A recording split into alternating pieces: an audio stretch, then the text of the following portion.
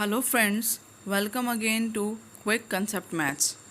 Friends, हमने TGT non medical के लिए मैथ्स की सीरीज़ स्टार्ट की थी, जिसमें आज ये डे 7 है और आज हम करेंगे मैट्रिक्स चैप्टर जो हमने कंप्लीट किया था वीडियो 5 एंड 6 में, यानी कि डे 5 एंड 6 में उसके बेस्ड कुछ प्रैक्टिस क्वेश्चंस आज हम करेंगे।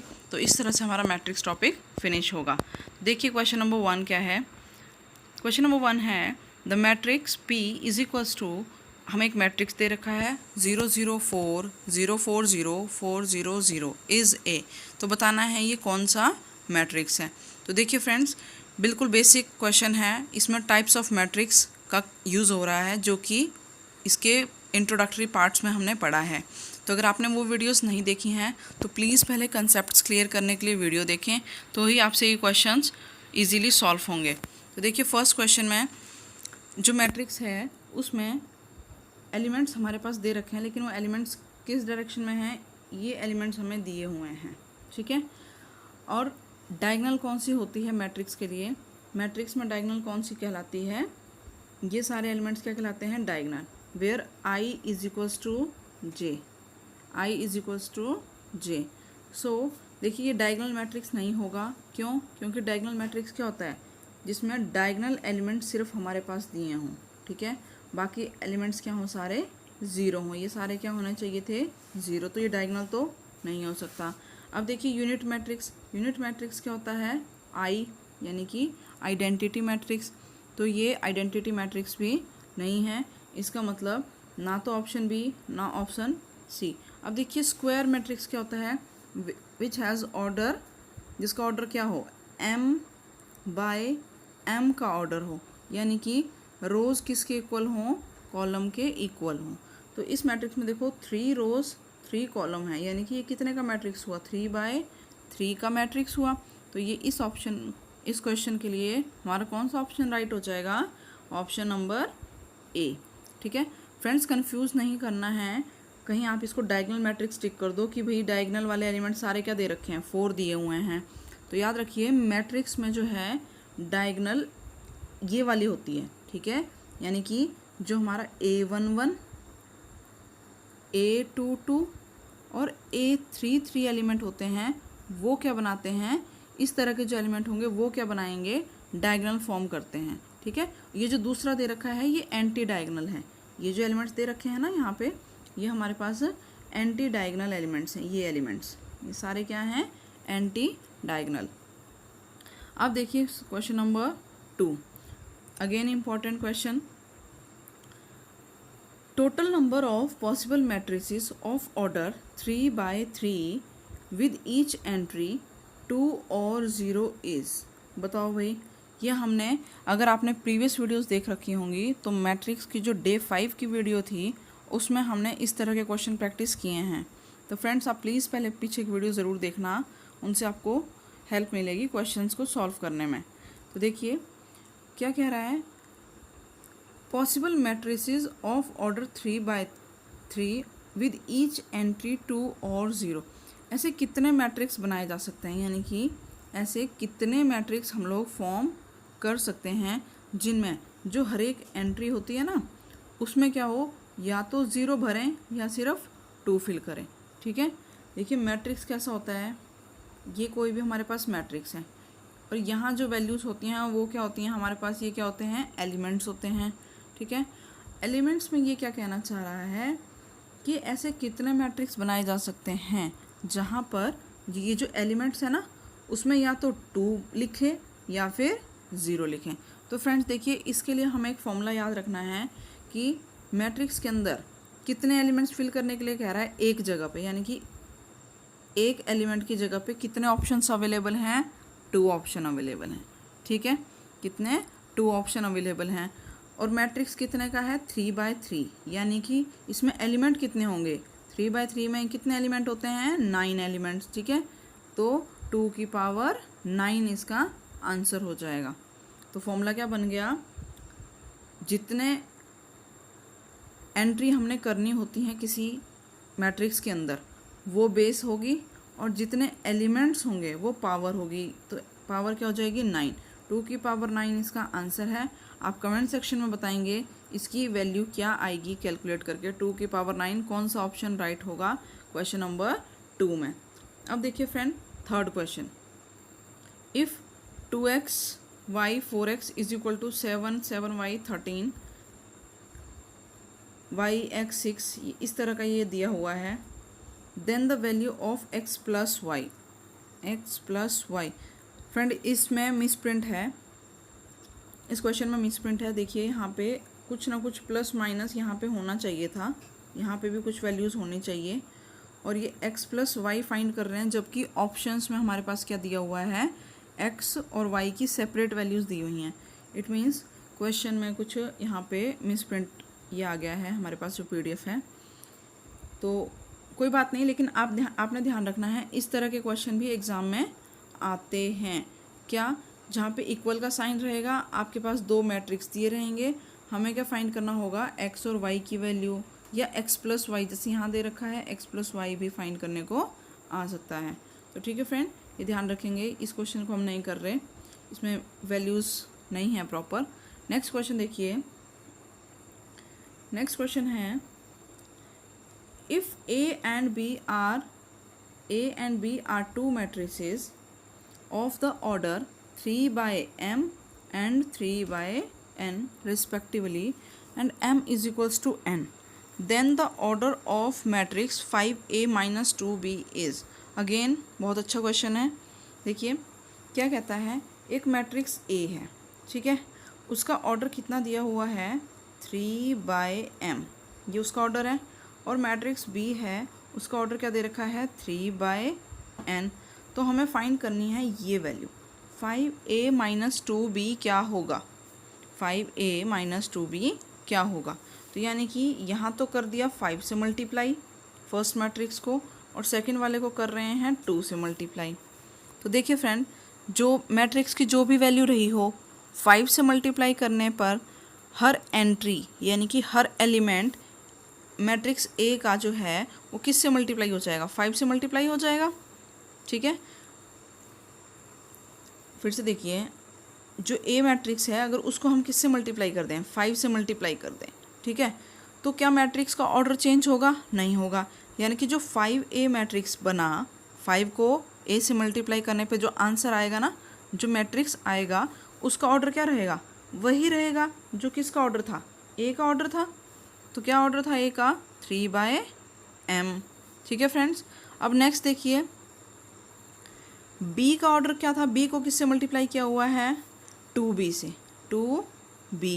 ठीक है, अब टू को B से किया तो B का ऑर्डर क्या था, 3 बाय n। तो जो आंसर आएगा उसका ऑर्डर भी क्या रहेगा, 3 बाय n।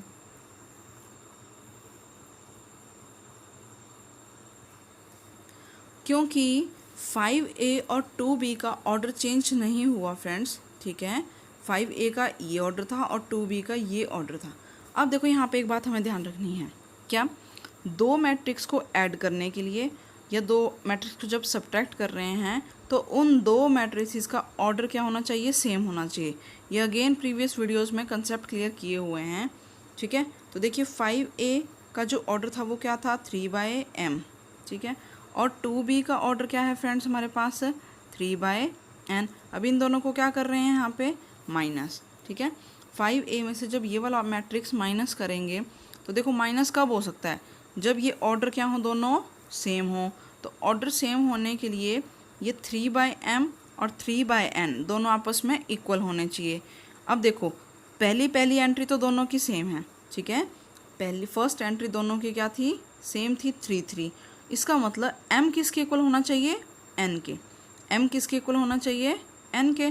तो हमारा आंसर क्या आएगा, 3 बाय m या फिर 3 बाय n। तो देखो दोनों में से कौन सा ऑप्शन में अवेलेबल है, ये m/3 है, नहीं होगा, 3/3 नहीं होगा, m/n, m की जगह में हमारे पास 3 तो फिक्स था ही, तो क्योंकि n और m इक्वल होने चाहिए तो हम m की जगह n यहाँ लिख सकते हैं। तो इसका आंसर D होना चाहिए। ठीक है, अगर आपको कोई लग रहा है, कोई डाउट है, या अगर आपको लग रहा है कि ये गलत है तो आप मुझे कमेंट सेक्शन में बताना, कहीं कोई मिस्टेक है तो। अब नेक्स्ट देखिए, नेक्स्ट क्वेश्चन है friends, if a is equals to 0 1 1 0 then a square is equals to, ठीक है। एक्चुअली होता ये है, ये इस तरह से जो वीडियो रिकॉर्ड होती है ना, उसमें प्रॉपर, क्योंकि हम मैथ्स कर रहे हैं तो ये प्रॉपर लिख नहीं पाते हैं फ्रेंड्स, तो थोड़ी प्रॉब्लम होती है। अगर आपको कहीं कोई डाउट आता है किसी क्वेश्चन में तो प्लीज़ बताइएगा। देखिए नेक्स्ट क्वेश्चन, मैट्रिक्स दिया हुआ है, ए स्क्वायर कैलकुलेट करना है, बताओ ए स्क्वायर की वैल्यू क्या आएगी। तो बहुत सिंपल है, इसको तो आप सॉल्व कर सकते हैं। क्या आएगा फ्रेंड इसका आंसर, देखो ए हमें दे रखा है, ए स्क्वायर बताना है, तो ए की वैल्यू क्या है 0 1 1 0, ठीक है। ये ए था, ए को ही दोबारा किससे मल्टीप्लाई किया, ए से, यानी कि 0 1 1 0, ठीक है। अब इसके लिए आपको मैट्रिक्स मल्टीप्लिकेशन आना चाहिए। मैट्रिक्स मल्टीप्लिकेशन कैसे होता है भाई, दो मैट्रिक्स को मल्टीप्लाई कैसे करते हैं, क्या होता है, पहले तो कुछ कंडीशन होती है, वीडियो लेंथी हो जाएगी, आप वो देख लेना प्रीवियस वीडियो में क्या है, ठीक है। हम क्या करते हैं इसमें, फर्स्ट रो को, फर्स्ट रो फर्स्ट कॉलम, ठीक है, first row is multiply by first column, तो पहला एलिमेंट आएगा। फर्स्ट रो को जब सेकंड कॉलम से करेंगे तो दूसरा एलिमेंट आएगा, जो फाइनल आंसर होगा उसका। तो देखो 0 मल्टीप्लाई 0 किया, प्लस 1 इंटू 1 किया, तो यहाँ आया 1। फिर फर्स्ट रो और second column, first row second column, देखिए ये यहाँ पे लिख लेती हूँ मैं इसको दोबारा से, 0 1 1 0, तो आंसर क्या आ रहा था, देखो फर्स्ट रो में तो आया था 1, फर्स्ट एलिमेंट हमारा। अब देखो फर्स्ट रो और फर्स्ट सेकंड कॉलम को जब मल्टीप्लाई करेंगे तो 0 इंटू 1 0, 1 इंटू 0 0, उसी तरह से सेकंड रो फर्स्ट कॉलम, ठीक है फ्रेंड्स, सेकंड रो और फर्स्ट कॉलम को क्या करना है अब मल्टीप्लाई, तो पहले पहले वालों को दूसरे दूसरे, 1 इंटू 0 किया, 1 और 0 प्लस 0 1, तो कितना आ गया 0। अब क्या करेंगे, सेकंड रो सेकंड कॉलम को मल्टीप्लाई, तो देखो 1 इंटू 1 तो 1, प्लस 0 इंटू 0 0, तो यहाँ आया 1। तो ये कैसा मैट्रिक्स आ गया हमारे पास, यूनिट मैट्रिक्स, या इसी को क्या कहते हैं आइडेंटिटी। तो कौन सा ऑप्शन हमारा सही हो जाएगा, या आप खुद भी करना साथ में, या आप ट्राई कर सकते हैं करने की कि कितने आप सही करते हैं। देखिए इसका ऑप्शन डी राइट आंसर हो जाएगा, ठीक है। अब देखिए नेक्स्ट क्वेश्चन क्या है हमारे पास, if matrix A is equals to, ये मैट्रिक्स दे रखा है एक, ठीक है, ए आई जे, और कितने का है 2/2 का ऑर्डर का है, where A I J is equal to 1 if I is not equal J, if I is not equal J and equal 0 if I is equals to J. तो कुछ भी नहीं है फ्रेंड, जो कंडीशन दी है उसके हिसाब से क्या बनाना है, मैट्रिक्स बनाना है। Then A square is equal to, तो ए स्क्वायर किसके इक्वल होगा फिर वो फाइंड करना है, ठीक है। तो देखो इस क्वेश्चन को करेंगे किस तरह से, पहले तो वो मैट्रिक्स बना लो। तो देखो मैट्रिक्स क्या बन जाएगा, क्या कहता है, ऐसा मैट्रिक्स जिसमें क्या हो, जब आई और जे इक्वल नहीं है तब तो वैल्यू 1 आएगी, और जब आई और जे इक्वल हैं तो आंसर 0 आएगा। तो देखो यहाँ A11 होता है वो 0 हो जाएगा, और A22 भी 0, बाकी क्या हो जाएंगे 1। बन गया हमारे पास मैट्रिक्स। अब इसके बाद क्या फाइंड करना है, then A square is equal to, तो फ्रेंड इसका हमने क्या निकालना है, अब ए स्क्वायर फाइंड करना है। तो बताओ ए स्क्वायर कितना हो जाएगा, अब जब हमारे पास मैट्रिक्स आ गया तो इसका ए स्क्वायर फाइंड आउट कर सकते हैं, ठीक है। तो देखिए फ्रेंड ये बिल्कुल जो भी हमने प्रीवियस क्वेश्चन किया उसी के जैसा है, इनफैक्ट वही है, बस क्वेश्चन घुमा के पूछ लिया है, ठीक है। यहाँ पे मैट्रिक्स दे रखा है, कंडीशन दी हुई है भाई इस तरीके से कोई मैट्रिक्स है, ठीक है। मतलब पहले हमें वो मैट्रिक्स बनाना है, हमने अभी बनाया, क्या आया था 0 1 1 0, और अब क्या करना है ए स्क्वायर फाइंड करना है, यानी कि अगर इस मैट्रिक्स का नाम क्या रख लें ए, ठीक है, ए मैट्रिक्स दे रखा था, ये ए मैट्रिक्स इसका नाम था, तो हमें फाइंड करना है ए स्क्वायर क्या होता है। तो फ्रेंड ये आप खुद सॉल्व करके देखना, आंसर हमें मालूम है क्या आने वाला है, इसका आंसर भी आइडेंटिटी, क्योंकि अभी प्रीवियस क्वेश्चन हमने किया है, खुद कैलकुलेट कीजिए इसको। अब देखिए नेक्स्ट क्वेश्चन क्या है,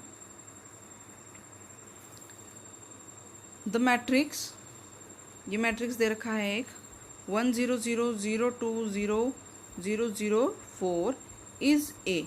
ये किस तरह का मैट्रिक्स है ये हमें बताना है।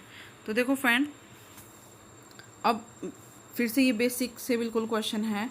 टाइप्स ऑफ मैट्रिक्स में हमने पढ़े थे स्केलर, रो, कॉलम, डायगोनल मैट्रिक्स, ठीक है, unit matrix, identity, zero matrix, तो वो सब। अब देखो यहाँ पे अगर ध्यान से देखें तो ये किस तरह का मैट्रिक्स दिख रहा है भाई, बाकी सब तो जीरो थे, ऊपर भी जीरो हैं और यहाँ वैल्यू भी सारी ज़ीरो है, बस ये वाले एलिमेंट हमारे पास दे रखे हैं। तो ऐसा ऐसा मैट्रिक्स क्या कहलाता है? डायगोनल मैट्रिक्स, है ना। ये तो क्या हो गया? डायगोनल मैट्रिक्स, डायगोनल हो गया। पर डायगोनल तो ऑप्शन में है ही नहीं। इसका मतलब फ्रेंड अब आगे हमें कुछ सोचना पड़ेगा ऑप्शंस के अकॉर्डिंग कि भाई ऑप्शन के अकॉर्डिंग किस तरह से इसका आंसर आ सकता है। तो पहला देखो आइडेंटिटी मैट्रिक्स ऑप्शन है, तो क्योंकि इसमें 1 1 तो है ही नहीं, यहाँ 1 1 1 होता तब ये क्या होता? आइडेंटिटी। 1 1 नहीं है तो ये आइडेंटिटी मैट्रिक्स नहीं है। अब देखिए सिमेट्रिक मैट्रिक्स, चेक करते हैं सिमेट्रिक है या नहीं। सिमेट्रिक मैट्रिक्स क्या होता है? अगर मैं इस मैट्रिक्स का नाम क्या ले लूँ यहाँ पे फ्रेंड, क्या मान लें इसका नाम? ए मान लिया, ठीक है। तो सिमेट्रिक मैट्रिक्स क्या होता है? ए ट्रांसपोज किसके इक्वल होना चाहिए? ए के इक्वल होना चाहिए, ठीक है। ए ट्रांसपोज ए के इक्वल होना चाहिए। अब ट्रांसपोज करो, तो इस मैट्रिक्स का जब हमने ट्रांसपोज किया तो क्या देखा? ट्रांसपोज में क्या होता है? रो बन जाती है कॉलम और कॉलम बन जाते हैं रोज़, यानी कि दोनों को आपस में इंटरचेंज करते हैं। तो देखिए फ्रेंड, जब इस मैट्रिक्स का ट्रांसपोज किया तो क्या आएगा? देखो 1 0 0 को अब मैं ऐसे ना लिख के नीचे को लिखेंगे, यानी कि 1 0 0। अब उसी तरह से देखो सेकेंड रो, इसको भी उठाया, 0 तो ऊपर भेज दिया, ये 2 वहीं रहा और ये 0 नीचे आ गया। फिर थर्ड रो को कॉलम बना लिया, जो रो थी ना, जो लाइन थी उसको कॉलम बनाया, यानी कि यहाँ वाले नंबर उठा के यहाँ रख रहे हैं। देखो 0 0 4। अब देखो ये जो मैट्रिक्स हमारे पास आया, ठीक है, जो फाइनल मैट्रिक्स आया वो वैसा ही आ गया जैसा कि हमारे पास क्वेश्चन में गिवन मैट्रिक्स था, जो हमें दे रखा था ना, वही आंसर आ गया। तो यानी कि ए ट्रांसपोज इक्वल हो गया ए के। तो ये किस तरह का मैट्रिक्स बन गया? Symmetric matrix. तो ऑप्शन बी इस केस में फ्रेंड्स हमारा राइट हो जाएगा। अब देखिए नेक्स्ट क्वेश्चन क्या है हमारे पास। ये एक मैट्रिक्स गिवन है, द मैट्रिक्स ये कोई मैट्रिक्स है, क्या वैल्यूज़ हैं? 0 5 8 5 0 12 8 12 0 इज़ ए। फिर से बताइए ये कैसा मैट्रिक्स है? Diagonal matrix, symmetric matrix, Q symmetric या स्केलर मैट्रिक्स? तो देखिए फ्रेंड्स, डायगोनल मैट्रिक्स अभी हमने पढ़ा किस तरह का होता है, तो ये डायगोनल तो नहीं है क्योंकि ये सारे एलिमेंट क्या होने चाहिए थे? 0 होने चाहिए थे। अगला देखिए सिमेट्रिक मैट्रिक्स। नेक्स्ट चेक करते हैं क्या ये सिमेट्रिक मैट्रिक्स है। उससे पहले देखो फ्रेंड्स स्केलर मैट्रिक्स, है ना। स्केलर मैट्रिक्स क्या होता है? Special type of diagonal matrix. Scalar matrix क्या होता है? डायगोनल मैट्रिक्स का ही एक टाइप है ना स्केलर, तो ये स्केलर भी नहीं होगा ना ही डायगोनल होगा। इसका मतलब ऑप्शन या तो सी सही है या बी सही है। तो अब चेक करते हैं सिमेट्रिक मैट्रिक्स के लिए, ठीक है। सिमेट्रिक्स की कंडीशन अभी हमने देखी, क्या चेक किया था प्रीवियस क्वेश्चन में कि सिमेट्रिक मैट्रिक्स होता है अगर इसका ट्रांसपोज, मतलब रो को कॉलम बनाओ, रो को कॉलम और कॉलम को रो जब बनाएं तो मैट्रिक्स जो आए वो सेम आना चाहिए, ठीक है। तो देखो फ्रेंड, अगर 0 5 8 यहाँ है, इसको मैं उठा के रो में लिख दूँ, मतलब नीचे की तरफ को लिख दूँ, तो भी क्या बनेगा? 0 5 8 ही। अब इस 5 0 को उठाएं और मैं 5 को यहाँ लिखूँ, इस 5 को यहाँ, 0 यहीं और 8 वाला 12 यहाँ कर दूँ, तब भी कोई फ़र्क नहीं पड़ेगा, सेम ही रहेगा। आप खुद करके देखना। तो उस तरीके से ये वाला मैट्रिक्स भी हमारा क्या आ जाएगा फ्रेंड्स? सिमेट्रिक मैट्रिक्स, यानी कि इसका आंसर भी सिमेट्रिक मैट्रिक्स ही होगा। अब देखिए नेक्स्ट क्वेश्चन।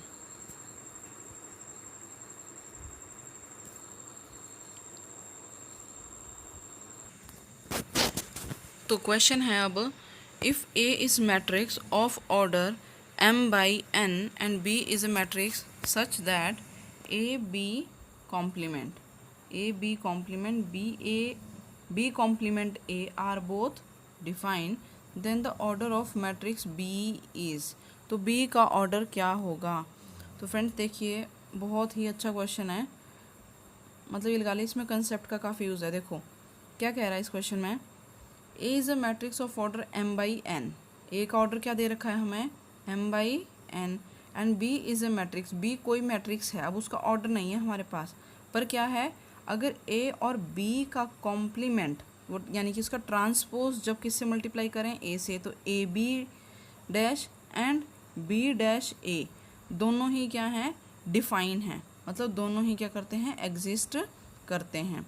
ठीक है, यानी कि इनको मल्टीप्लाई करते हैं तो वो भी आता है और ये मल्टीप्लाई भी हो जाता है। डिफाइन होने का मतलब है कि ये दोनों मल्टीप्लाई हो रहे हैं। अब देखो मल्टीप्लाई हो रहे हैं तो मल्टीप्लाई के लिए ना एक स्पेशल कंडीशन है जो कि फॉलो होना ज़रूरी होती है।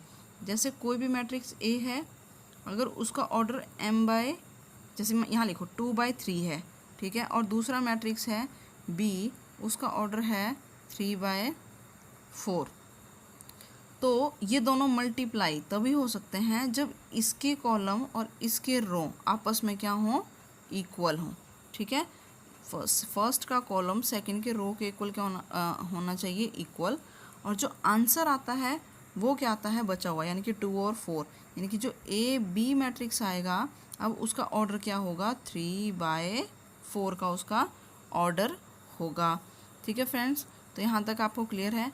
अब देखिए इस क्वेश्चन में क्या करना है, ए मैट्रिक्स का ऑर्डर हमारे पास है जो कि है m/n, ठीक है, और बी का क्या निकालो, ट्रांसपोज, बी का क्या कर दिया हमने, ट्रांसपोज। मान लो बी कोई मैट्रिक्स है, ठीक है, और उसका ऑर्डर क्या है, पहले तो देखो ये क्या कह रहा है, डिफाइन है, ये डिफाइन है, यानी कि ए और बी आपस में मल्टीप्लाई हो रहे हैं। तो अगर मैं बी को यहाँ लिख लूँ, ए मैट्रिक्स और ये m/n और यहाँ बी मैट्रिक्स, और बी मैट्रिक्स क्योंकि बी डैश ले लिया मैंने, बी डैश था, वो क्या है, ए के साथ मल्टीप्लाई हो रहा है, यानी कि इसका कॉलम और उस मैट्रिक्स का रो दोनों क्या हो गई, सेम हो गई। यहाँ तक हो गया फ्रेंड्स। देखो ए का तो जो कॉलम है वो बी ट्रांसपोज के रो के बराबर होना चाहिए, तभी ये मल्टीप्लाई हो सकते हैं, और क्योंकि हमें कॉलम इसके पता नहीं है क्या है, तो मैंने लिख लिया यहाँ पे p। ठीक है, इसको क्या लिख लिया, p। अब देखना आगे, इसके बाद क्या कहता है, b डैश ए भी मल्टीप्लाई हो रहा है, अगर b डैश लिखा जाए, ठीक है, वो भी क्या हो रहा है, किससे मल्टीप्लाई हो रहा है, a से मल्टीप्लाई हो रहा है। तो a का ऑर्डर क्या था, m/n, और b डैश का ऑर्डर अभी हमने देखा है क्या है, n/p। ठीक है फ्रेंड्स, तो देखो अब कंडीशन क्या है, इसकी रो फर्स्ट वाले का कॉलम और सेकंड वाले की रो क्या होनी चाहिए, इक्वल।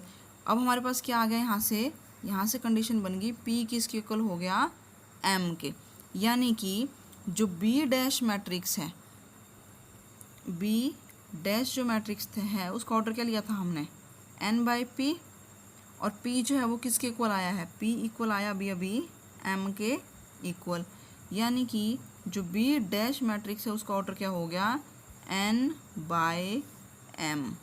ठीक है, और क्योंकि b डैश n/m है, इसका मतलब जो b मैट्रिक्स है उसका ऑर्डर क्या हो जाएगा, इसका उल्टा कर दो, रो को कॉलम, कॉलम को रो, m/n, तो m/n ऑर्डर का मैट्रिक्स होगा हमारा मैट्रिक्स बी। ये ऑप्शन डी इसका राइट आंसर हो जाएगा। आई होप आपको क्लियर है। अगर फ्रेंड्स आपको कुछ प्रॉब्लम है, अगर ये ना समझ में आ रहे हो तो आप मुझे बता सकते हैं। ऐसा करेंगे नेक्स्ट वीडियो में या किसी और वीडियो में इनको पेन पेपर मोड में सॉल्व करेंगे, क्योंकि ये रिकॉर्डेड वीडियो में, मतलब क्योंकि पूरा क्वेश्चन स्क्रीन में नहीं आता सॉल्व करना, तो मैथ्स में थोड़ा डिफ़िकल्टी होती है फ्रेंड्स। आई होप आप इसमें ट्राई करेंगे अंडरस्टैंड करने की। देखिए नेक्स्ट क्वेश्चन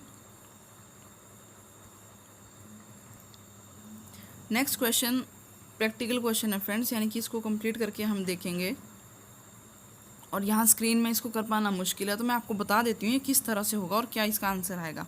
देखिए, if A and B are matrices of same order then A B transpose minus B A transpose is A, ये किस तरह का मैट्रिक्स होगा। हालांकि इनकी प्रॉपर्टीज़ हैं डायरेक्ट, पर पहले आप इसको डिटेल में सॉल्व करना, तब अपने आप प्रॉपर्टी आपको समझ आएगी। ठीक है, देखो क्या कह रहा है, ए एंड बी मैट्रिक्स है, इनका ऑर्डर है सेम, इनका ऑर्डर क्या है, सेम, अगर ए मैट्रिक्स का ऑर्डर मान लीजिए फ्रेंड है m/n, तो बी भी क्या है m/n, तो बी मैट्रिक्स भी क्या है m/n है। ठीक है, देन क्या किया ए बी डैश, अब देखो ए और बी डैश को मल्टीप्लाई किया, तो देखो ए और बी डैश, बी का जब डैश कॉम्प्लीमेंट निकालेंगे यानी कि ट्रांसपोज किया बी का, तो क्या बन गया हमारे पास एन एम ऑर्डर आ गया। अब देखो एन एम, ये ए और ये बी डैश मल्टीप्लाई हो जाएंगे, तो जो आंसर आएगा वो क्या आएगा, ए बी डैश जो आएगा हमारा वो क्या आया m/m ऑर्डर का। और उसी तरीके से ये भी ये आ जाएगा m/m का, और अगर आप इसको करके देखेंगे तो ये भी क्या आएगा m/m का, यानी कि दोनों ही क्या आ गए हमारे पास, स्क्वायर मैट्रिक्स आ गए। ठीक है, स्क्वायर मैट्रिक्स, इनके ऑर्डर क्या हों, सेम हों। अब क्या करना है फ्रेंड, इन दोनों को माइनस करके देखना है। ठीक है, तो इसके लिए आप क्या करेंगे,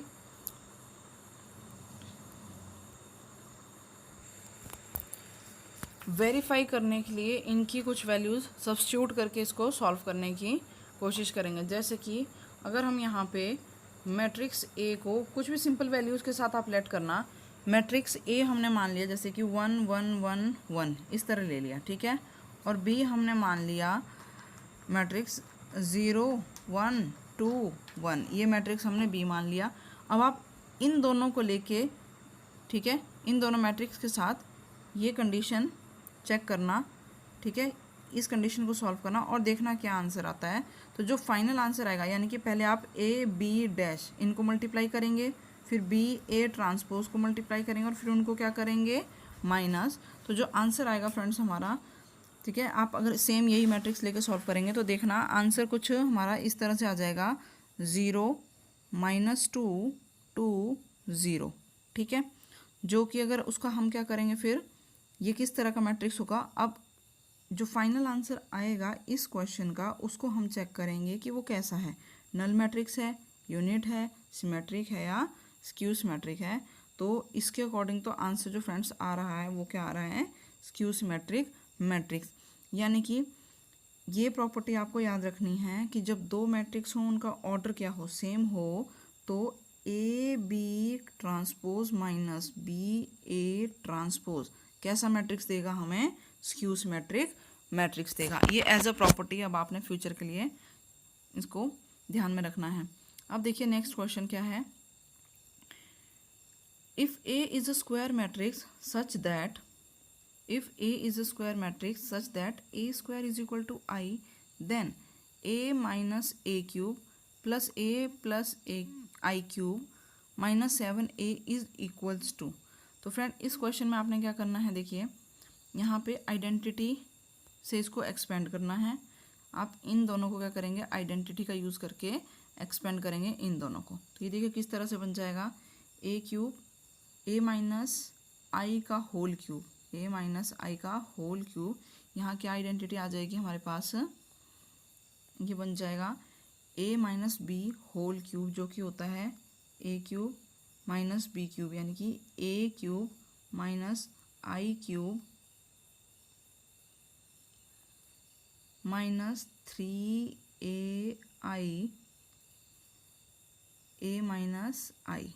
ठीक है, ए माइनस आई प्लस, अब आप सेकंड पार्ट को ओपन करेंगे ब्रैकेट को इसी तरीके से, तो ये क्या बन जाएगा, ए क्यूब माइनस, सॉरी प्लस का फॉर्मूला है तो प्लस आई क्यूब प्लस 3AI ब्रैकेट में ए प्लस आई, लास्ट में माइनस 7A। अब अगर फ्रेंड इनको आप सॉल्व करेंगे, कंप्लीट सिंप्लीफाई करेंगे, तो देखेंगे लास्ट में हमारे पास क्या बचेगा, ए हमारे पास इसमें रिमाइंडर आ रहा है। ठीक है, ए हमारे पास रिमाइंडर आ रहा है, चेक करना और आप खुद वेरीफाई करना क्या ए ही आंसर है या कोई और ऑप्शन आंसर तो नहीं आ रहा है इसका। ठीक है, तो फ्रेंड इसका आंसर हो गया ऑप्शन ए, जो कि है मैट्रिक्स ए। अब देखिए last, for any two matrices A and B we have, अगर कोई दो मैट्रिक्स ए और बी हैं, ठीक है, तो क्या प्रॉपर्टी या इनमें से कौन सी बात सही होगी, A B is equal to B A, या ये बात, या A B not equal B A B is equal to 0 matrix, या नन ऑफ द अबव। तो देखो फ्रेंड्स, इसमें जो है दोनों मैट्रिक्स को जब भी कोई दो मैट्रिक्स होते हैं उनको मल्टीप्लाई करते हैं तो ज़रूरी नहीं है कि ए बी इक्वल हो बी ए के। ये हमेशा नहीं होता, ठीक है, कई बार होता है, कई बार नहीं होता, यानी कि it's not always true. Matrix जो है मल्टीप्लिकेशन में, हमने प्रीवियस वीडियो में पढ़ा था, मैट्रिक्स मल्टीप्लिकेशन कॉम्यूटेटिव नहीं होता, यानी कि A B is not always equal to B A. So question के अकॉर्डिंग ऑप्शन बी इसका सही आंसर जा रहा है, बट डिपेंड करता है कि क्योंकि स्टेटमेंट कंप्लीट नहीं है। देखिए, for any two matrices A and B we have, तो नन ऑफ अबव भी इसका आंसर हो सकता है, ठीक है। तो इन दोनों ऑप्शंस में से आपका आंसर रहेगा। वैसे सेकंड ऑप्शन इसका राइट आंसर रहेगा कि A B is not equal B A. तो ये थे फ्रेंड्स मैट्रिक्स से हमारे कुछ क्वेश्चंस। मिलते हैं नेक्स्ट वीडियो में, जिसमें अब हम करेंगे permutation and combinations from class 11।